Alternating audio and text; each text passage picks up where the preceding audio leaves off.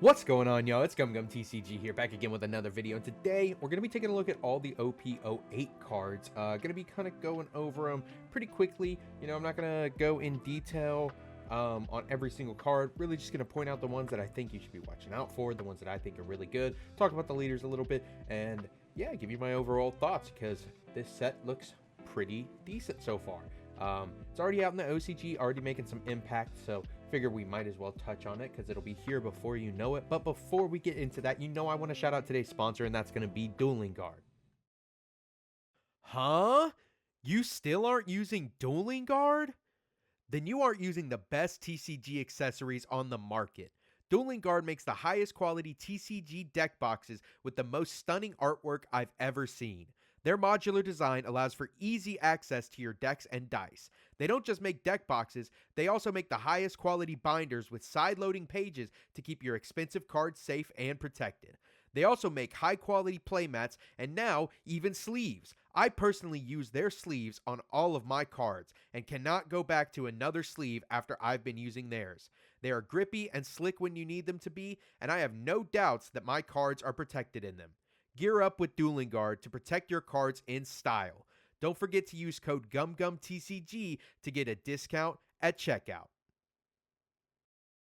Alright, y'all, so off the bat, we got the Tony Chopper leader. He's red-green, 4 life, Animal Drum Kingdom, Straw Hat Crew.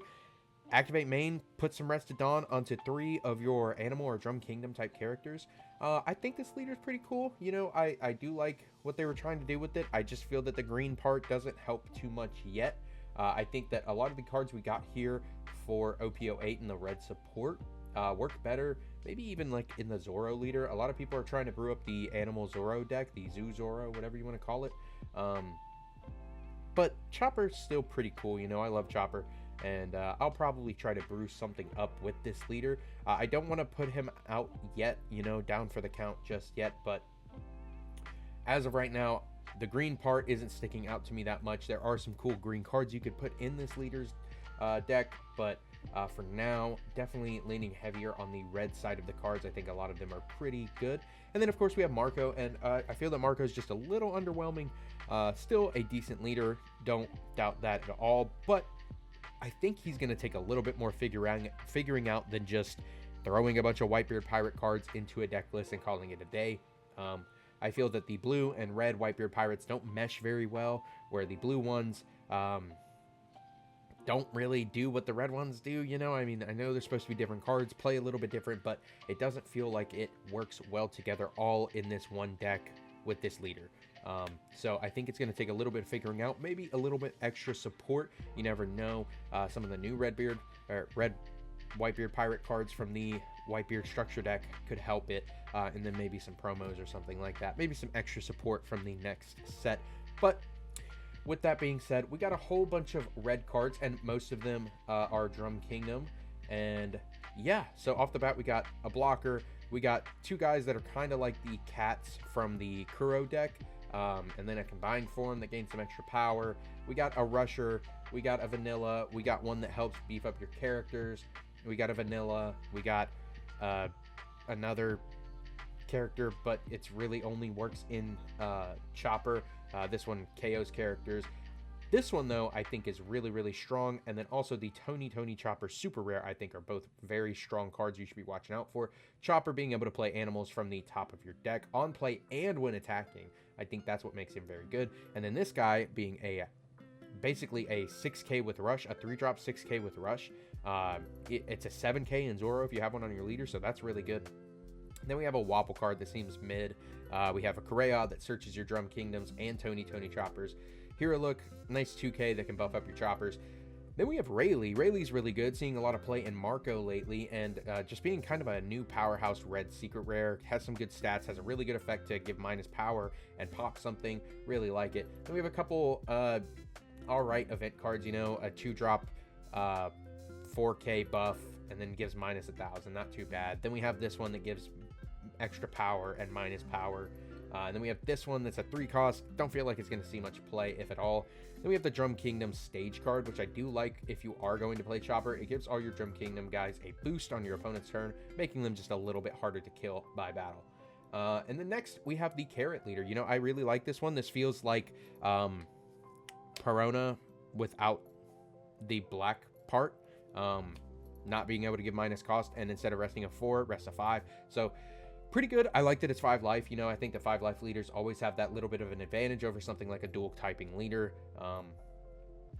But it just rests a 5, and you have to have a Minx in play, which isn't too hard. You're obviously going to be playing a lot of Minx cards in this deck, and I do think it has a lot of potential just because of the cards in the deck and the card pool. Green seems to be getting a little bit of a buff in this set. We've got Dog Storm that rests or locks 2 5 or lesses, but you have to have the Minx leader. We got the Carrot that locks 7 or lesses on play and when attacking, and then we have this one, and this one that all respectively rest or keep rested 4 3s and 1s when attacking. We have a vanilla. We have Nekomamushi, which I think you should keep your eye on because this is just a rush card. It might just catch you off guard. If your opponent has 7 or more rested cards, it gains rush 5 6. Not too bad. Green only has Hody as their other rush card right now, so I think it's a decent option if you're wanting to play something a little bit more middle of the road, not higher cost. But Hody definitely a better card. I think this is just cool new green rush option. Peckham's is cool, keeps your guys from getting blown up. And then we have Pedro, which I think you should also watch out for, as well as the Carrot. You know, I didn't really give as much love to this card as I should have. This card's actually really, really good for any green deck. Being able to lock 7s on play and when attacking is crazy. When you pair this with the O2 Shishilian, you can do this like 2 or 3 times in one turn if you play your cards right. But this Pedro being a blocker and then on KO gets to rest an opponent's Dawn or KOs an opponent's rested 6 or less is really good. And then we have this guy that sets a 2 or less active. We have another one that gives a Dawn active. We have Rhodey that KOs a 2 or less. We have Wanda, which is your Minx Searcher, so that's pretty good. Another vanilla.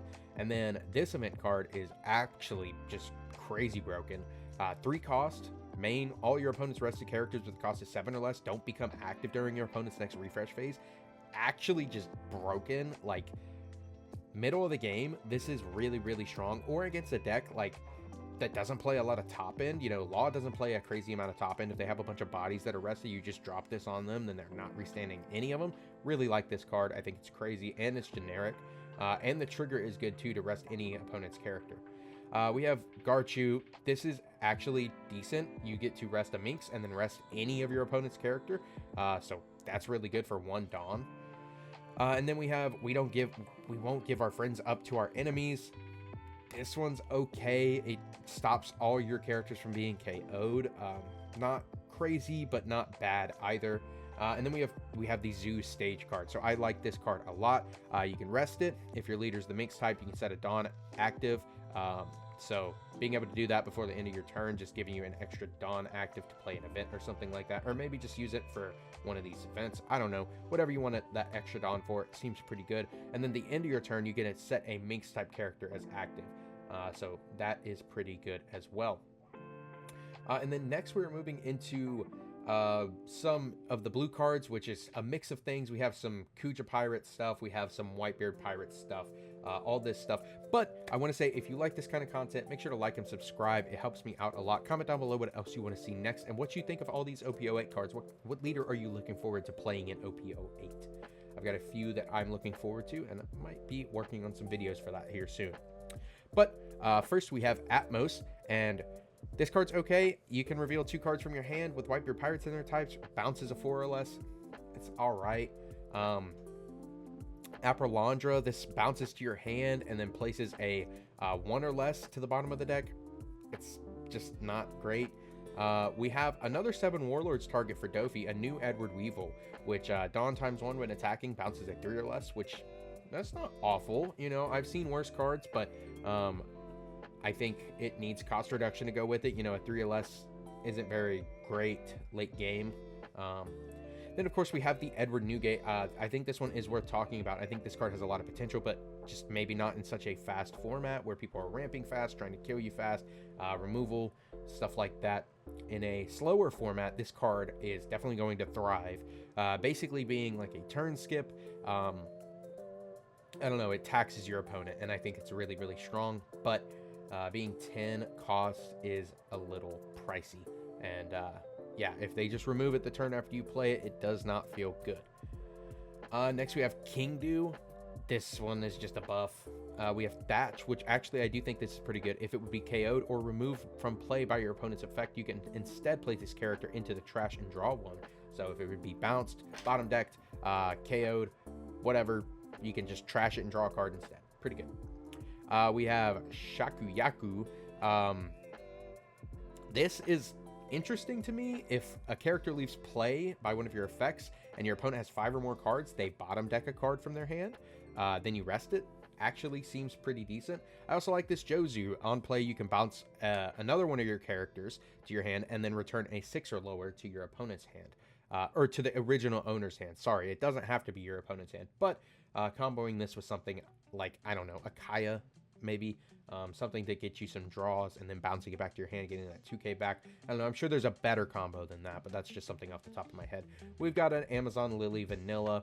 We have Speed Jill, which reveals the top card of your deck and then place it on the top or bottom. And then if that had Whitebeard Pirates, it gains Rush. So another 4 or 5 Rush for Whitebeard Pirates. But that seems pretty good. That's, I think, Blue's second Rush card, which is interesting. But you do have to be playing quite a bit of Whitebeard Pirates for that. We've got another blocker. Not the best. It's okay, though. You get to draw 2 and trash 2. Well, I guess not trash 2, but put them back on the top of your deck. I like this for something like Queen, or maybe even Ace. And then we have Buckin. Boosts up your Edward Weevil. It's all right. This Ace, though, is actually really good. Being able to reveal a top card of your deck, put into play a Whitebeard Pirates with a cost of 4 or less, and puts the rest to the bottom of the deck. Really, really good when you pair it with the Marco Leader effect. You can just stack something like a Marco blocker, play this, play the Marco blocker for free. Pretty good. And then we have a search card event that searches for Whitebeard Pirates or Monkey D. Luffy. Pretty interesting, seems pretty good, you know, a little marine forward lore there. We've got a Marco event, 3 cost, gives your leader 3k for this battle, then reveals the top card of your deck and plays a 3 or less with Whitebeard Pirates and places the rest on the top or bottom. I don't like it that much because of the cost restriction playing a 3 or less. You know, there's only a handful of targets for that, you know, maybe some searchers, you could play this blocker, but not too many great targets for that, so I don't like it that much. And then this is kind of like a bad 3k Worlds. You have to reveal 2 Whitebeard Pirates in your hand, and then you bottom deck a 6 or less. Don't really like it. And then we got bad Moby Dick. Don't like it. Next, we're going to look at purple cards. We got King, which has been underwhelming in the OCG. A lot of people were hyping this leader up with the purple-black typing. They've been talking about this since Z, man. I'm telling you. And it's just kind of flopping. You know, we have good support. There's a lot of good cards to go with this card or this leader, but it just does not make the cut.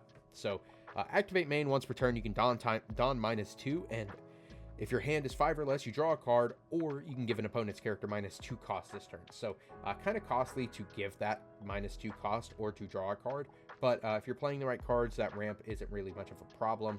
He has 5,000 power. He is 4 life, Animal Kingdom Pirate, so you can play some cool cards in there like the 10-drop Kaido, but you can also play Stage. But yeah, I mean, it just seems like it's doing nothing in the OCG at this point, and I'd like to see what else this leader can really do. And then next we have the overwhelmingly popular Pudding, which is just ramp Katakuri. Like, you just ramp and play all the Big Mom Pirate stuff. It's really, really good.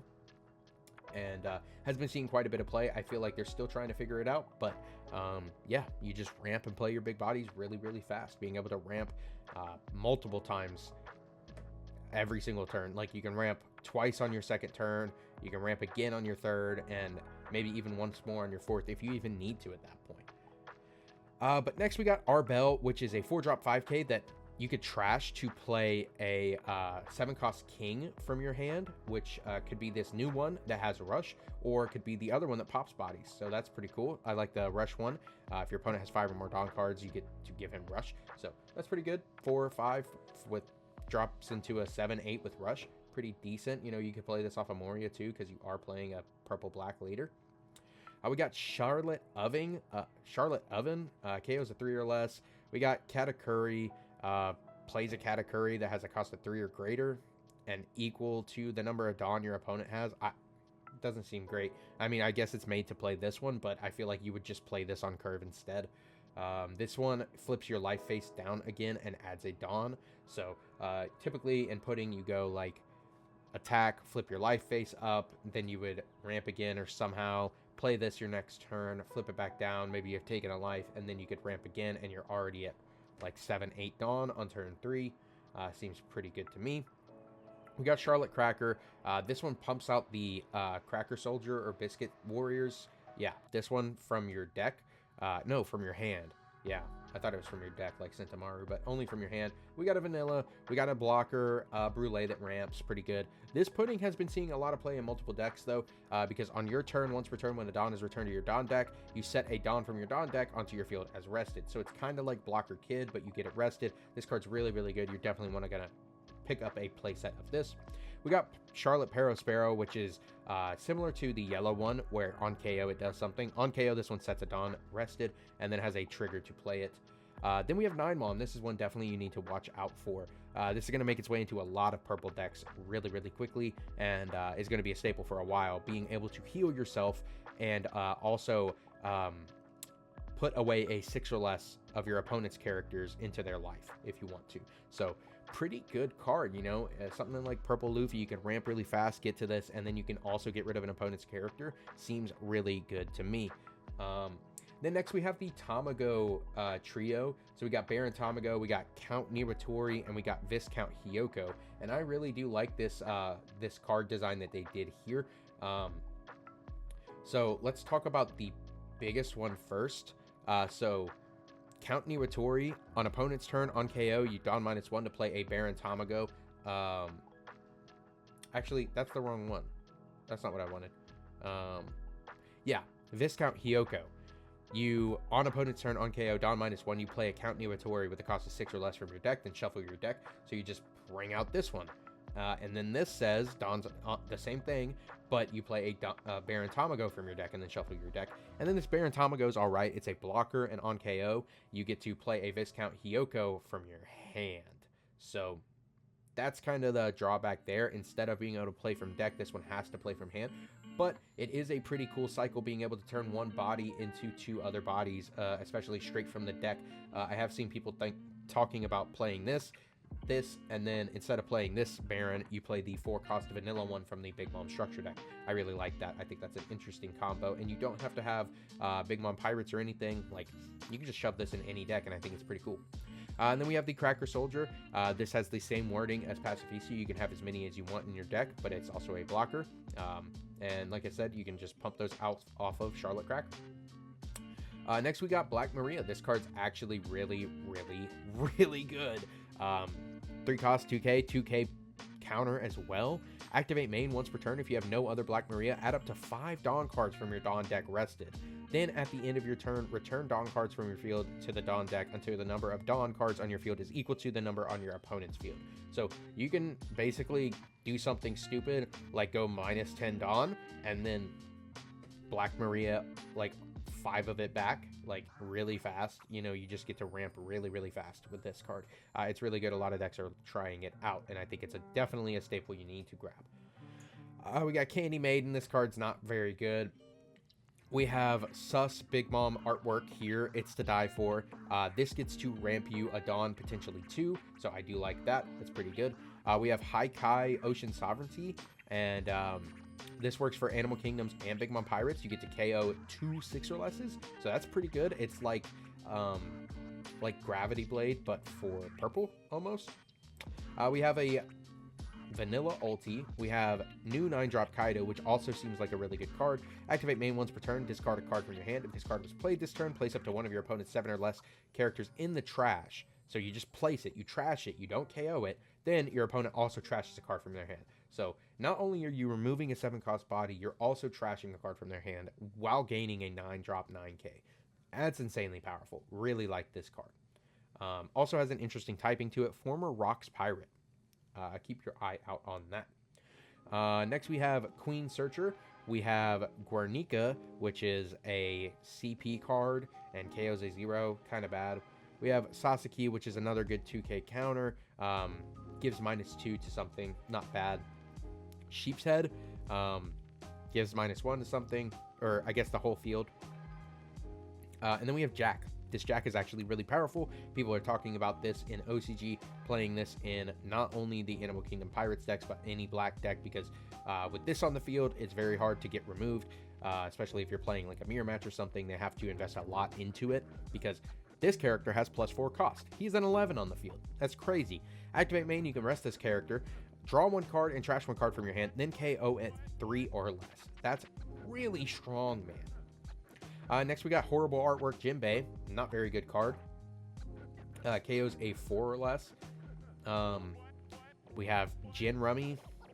Draws 2, trashes 2, I guess. Whatever. Scratchman Apu. This one's actually interesting. It's a blocker, and then you can give an opponent's character minus cost once per turn, -1.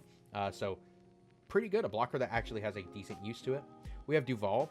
Give a character +1 cost until the end of your opponent's turn. Not too bad there. Basil Hawkins Vanilla. Hamlet. It's Smile support.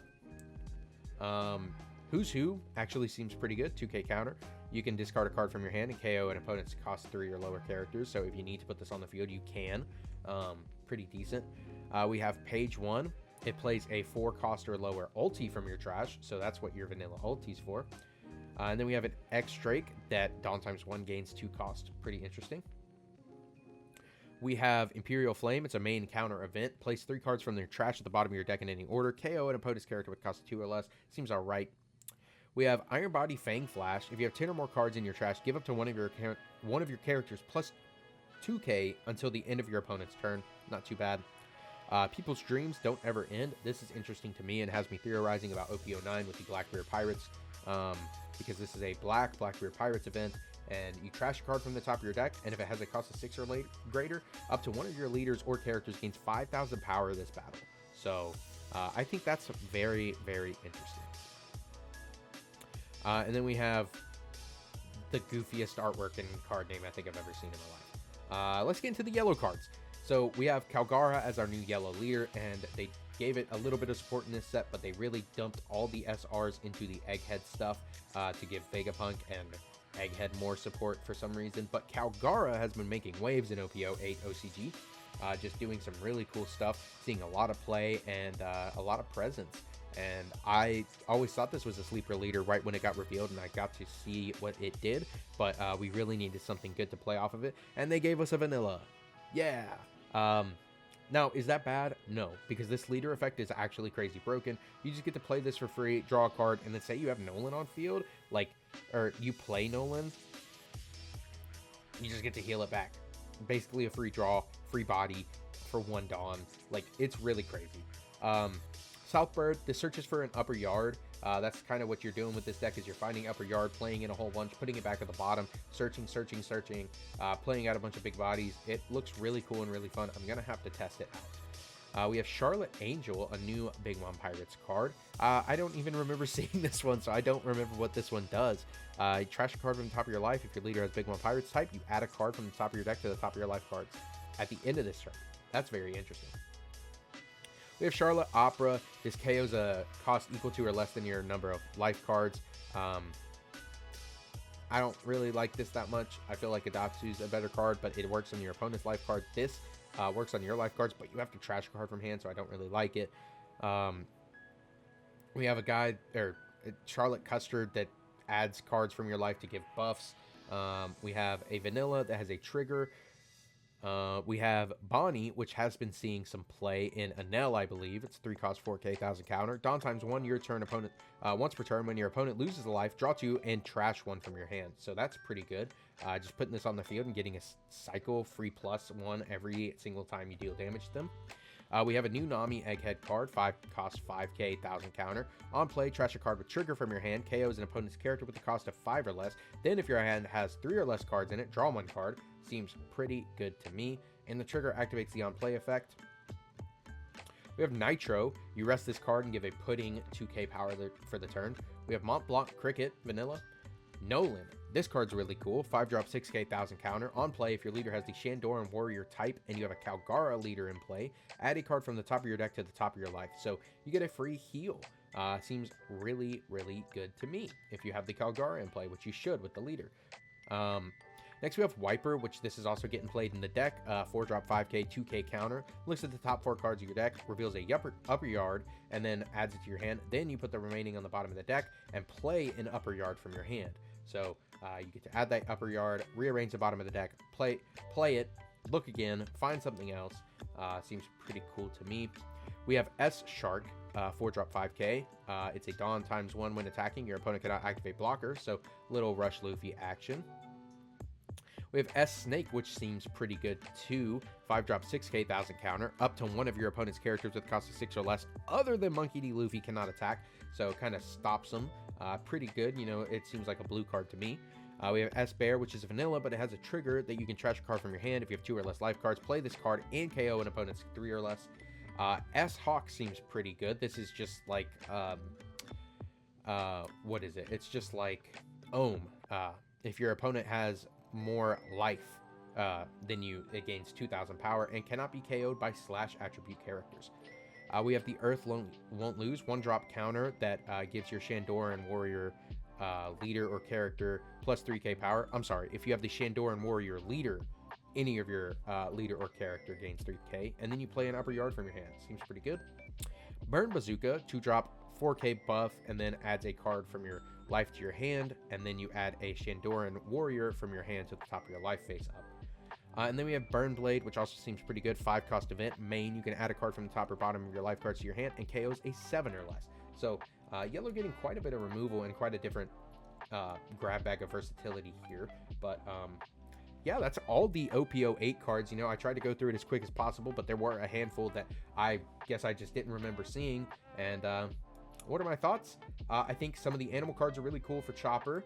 I think that the Minx cards have a lot of potential, at least the ones that aren't leader locked. I think that the generic ones are really good, and we'll see some play and other stuff. I think the blue Whitebeard pirates are underwhelming, except for this ace, and the Whitebeard does have potential. I think there's maybe something else going on here if we get a little bit more support to push that Marco. I'm sad that King is not doing so hot and Pudding is, because I hate Tin Mom, but I love Tin Kaido. And I think that the purple Big Mom Pirates cards are really, really strong. This Pudding shouldn't have been generic because it's actually crazy. 9 Mom should not have been generic either. That card's insane too. I really do think there's something here with the Niwatori and the Tamago line. Black Maria is crazy. We skipped over Kaido and Linlin. I don't know how. This is just 10 Mom and 10 Kaido in one card, but when attacking, absolutely insane. This card is bonkers, but if it gets removed before you get to use that effect, it's useless. Black Animal Kingdom pirate cards are underwhelming except for 9 Kaido and Jack. I think the rest are pretty underwhelming. And then Calgara is the sleeper leader of OP08. Who knew it? Yeah, play vanillas for free, basically. And then a lot of the other ones are pretty good, too. I like the support for Egghead, but it feels like Enel support to me. I think it's an overall really well-rounded set, and I'm really excited for it. We don't get it for a couple months. We're about to hit into OP07 here soon, so be on the lookout for content like that. If you like that kind of stuff, make sure to like and subscribe so you don't miss out on more videos, and I will see you all on the next one. Peace.